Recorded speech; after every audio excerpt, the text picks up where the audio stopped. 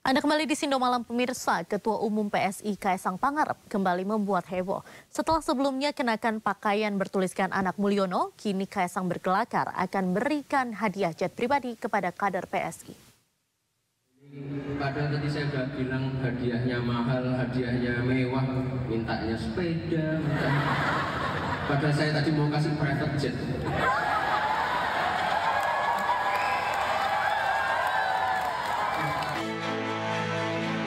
Kelakar ini disampaikan Ketua Umum PSI Kaesang Pangarep di depan kader PSI. Hadiah akan diberikan sebagai penyemangat kadernya untuk menangkan pasangan Ridwan Kamil Suswono. Usai acara, Kaesang bungkam saat ditanya terkait jet pribadi.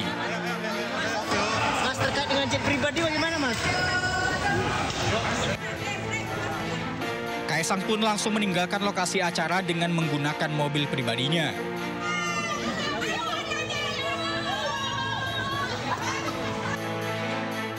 Sebelumnya, Kaesang Pangarep ramai menjadi perbincangan publik. Kaesang diduga terima gratifikasi terkait penggunaan jet pribadi. Kaesang pun mendatangi gedung KPK pada 17 September 2024 lalu untuk mengklarifikasi fasilitas jet pribadi mewah yang digunakannya ke Amerika Serikat. Ketua Umum PSI ini menyebut dirinya hanya menebeng jet pribadi milik temannya. Hingga kini KPK masih menyelidiki bukti-bukti terkait dugaan gratifikasi yang melibatkan putra bungsu Presiden Jokowi. Tim Liputan, iNews melaporkan. Pemirsa, calon gubernur Sumatera Utara nomor urut 1, Bobi Afif Nasution berkelakar dan menyebut dirinya sebagai menantu Mulyono.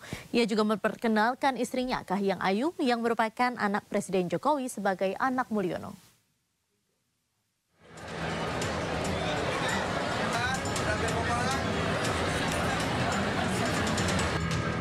Yang terhormat, Bobi Afif Nasution menggelar syafari politiknya ke Kabupaten Tapanuli Selatan, Sumatera Utara. Calon gubernur nomor urut 1 ini juga didampingi istrinya Kahiyang Ayu. Di hadapan massa yang berada di sana, Bobi memperkenalkan dirinya sambil berkelakar dan mengatakan bahwa ia adalah menantu Mulyono. Anaknya, yang kalau sekarang orang bilangnya, kami anak dan menantunya Mulyono, orang bilang sekarang. Nah, ini kami di sini tentunya hadir pertama sekali memohon doa kepada ibu-ibu semua, tokoh-tokoh masyarakat, tokoh-tokoh adat, raja-raja kami semua di sini. Memohon doa agar kami pertama sekali di sini bisa diterima oleh masyarakat kampung kami sendiri, karena seperti disampaikan tadi, memang dari sinilah tanah leluhur saya, tanah leluhur. Dalam kesempatan itu, Bobi juga turut memperkenalkan istrinya Kahiyang Ayu yang merupakan anak dari Mulyono. Memohon doa restu dari Bapak Ibu sekalian yang ada di sini, semoga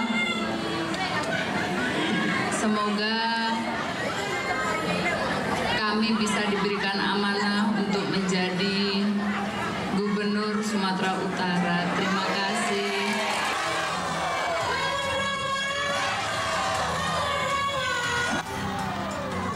Bobi menyebut lokasi kampanye tersebut merupakan tanah leluhurnya. Untuk itu, Bobi dan Kahiyang memohon doa restu dari massa pendukungnya. Dari Tapanuli Selatan, Sumatera Utara, Indra Mulya Siagian, iNews melaporkan.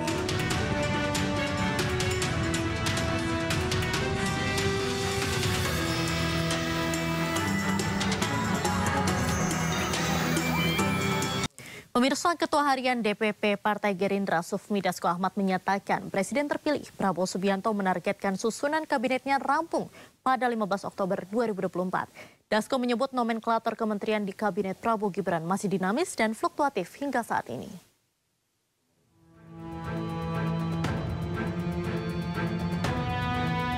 Presiden terpilih Prabowo Subianto dikabarkan akan menambah jumlah kementerian dalam kabinet pemerintahannya sebanyak 44 kementerian. Bila seluruh kementerian resmi dibentuk dan disahkan, maka penambahan ini akan menjadikan Indonesia sebagai salah satu negara dengan jumlah kementerian terbanyak di dunia setelah negara India yang mencatat 53 kementerian dalam negara tersebut. Menanggapi hal tersebut, Ketua Harian DPP Partai Gerindra Sufmi Dasko Ahmad menyampaikan, hingga saat ini pembahasan mengenai Kabinet Prabowo Gibran masih sangat dinamis. Terutama terkait nama-nama sejumlah tokoh yang diusulkan partai politik pengusung untuk menjadi menteri. Iya, kalau dari informasi yang kami dapat, nomenklatur kabinet itu masih fluktuatif, masih dinamis, begitu juga dengan nama-nama, terutama dari partai politik yang proporsinya tidak terlalu lebih besar daripada yang profesional. Nah, ini masih kemudian ada yang masuk, ada yang ditarik, nah sehingga mungkin fix final kabinet itu masih mungkin agak lama ya. Sementara Prabowo Subianto menargetkan H-5 pelantikan sudah selesai menyusun komposisi kabinet pemerintahannya. Dari Jakarta, Faisal Rinaldi, Dimas Winardi, iNews. Pemirsa, sejumlah wajah wakil rakyat baru akan meramaikan Senayan. Beberapa di antaranya adalah publik figur yang sudah dikenal publik, termasuk Alfiansyah alias Komeng.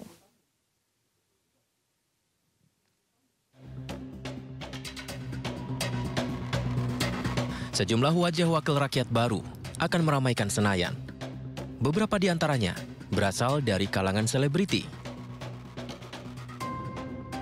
Surya Utama atau Uya Kuya lolos pemilihan legislatif 2024 dari Partai Amanat Nasional setelah menang Dapil DKI Jakarta II. Selain Uya Kuya, ada juga nama Denny Cagur. Presenter sekaligus komedian dengan nama lengkap Denny Wahyudi ini lolos dari PDI Perjuangan dengan 58.043 suara. Denny Cagur dan Uya Kuya telah menjalani kegiatan pemantapan nilai-nilai kebangsaan oleh Lemhanas dan KPU untuk calon legislatif terpilih 2024 hingga 2029.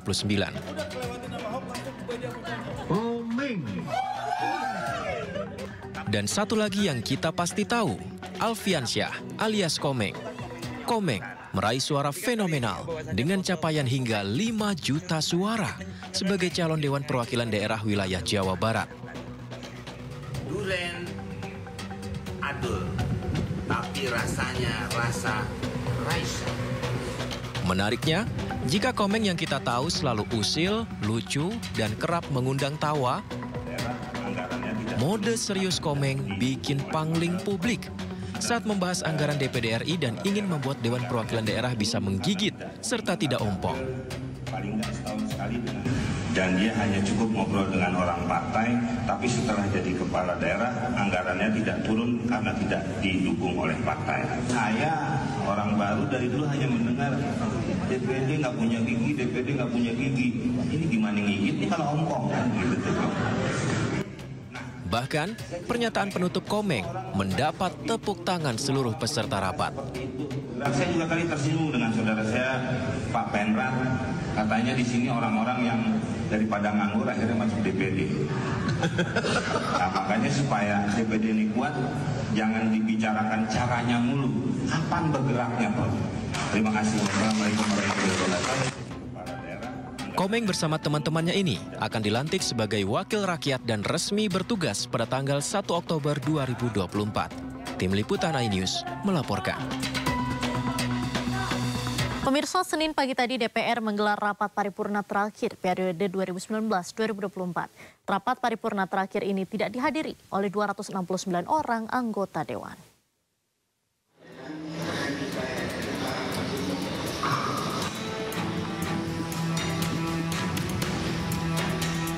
Sebanyak 269 anggota dari total 541 anggota DPR RI absen dalam rapat paripurna terakhir periode 2024-2029. Paripurna penutupan ini dihadiri secara fisik oleh 217 legislator dari semua fraksi, sementara 59 legislator lainnya izin. Rapat paripurna penutup ini dipimpin oleh Ketua DPR Puan Maharani, didampingi oleh Wakil Ketua DPR Sufmi Dasko Ahmad, Lodewijk Paulus, dan Rahmat Gobel.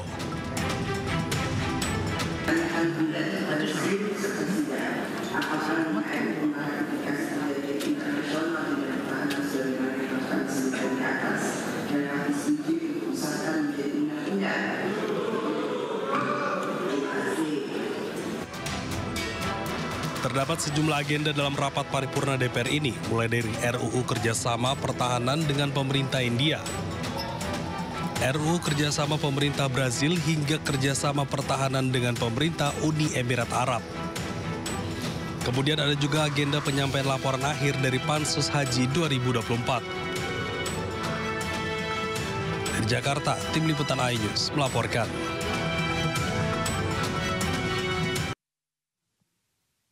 Beralih ke informasi lain, pemirsa, calon gubernur Jakarta nomor urut 1 Ridwan Kamil silaturahmi ke tokoh Dewan Masjid Indonesia di Papanggo, Tanjung Priok, Jakarta Utara.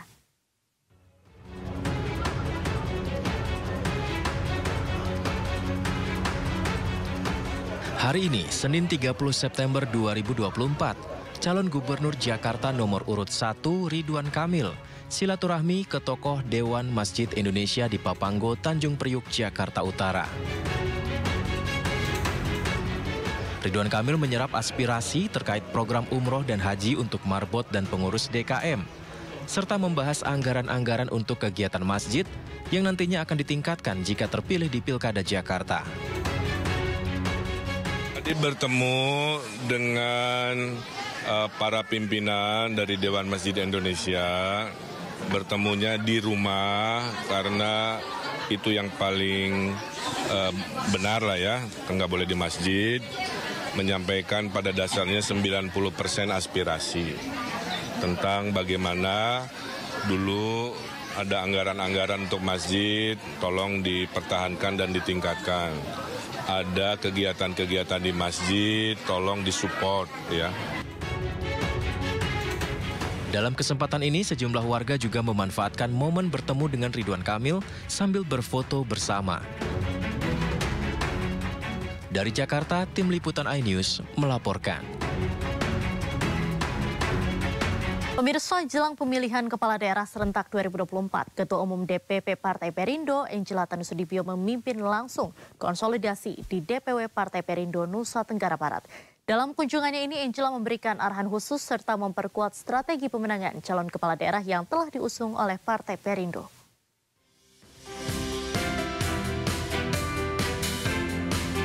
Ketua Umum DPP Partai Perindo Angela Tanusudibio terus memanaskan mesin partai jelang Pilkada serentak 2024. Bersama jajaran pimpinan DPP Partai Perindo, Angela Tanusudibio memimpin langsung konsolidasi pemenangan Pilkada dengan seluruh pengurus dan kader DPW Partai Perindo Nusa Tenggara Barat di Mataram.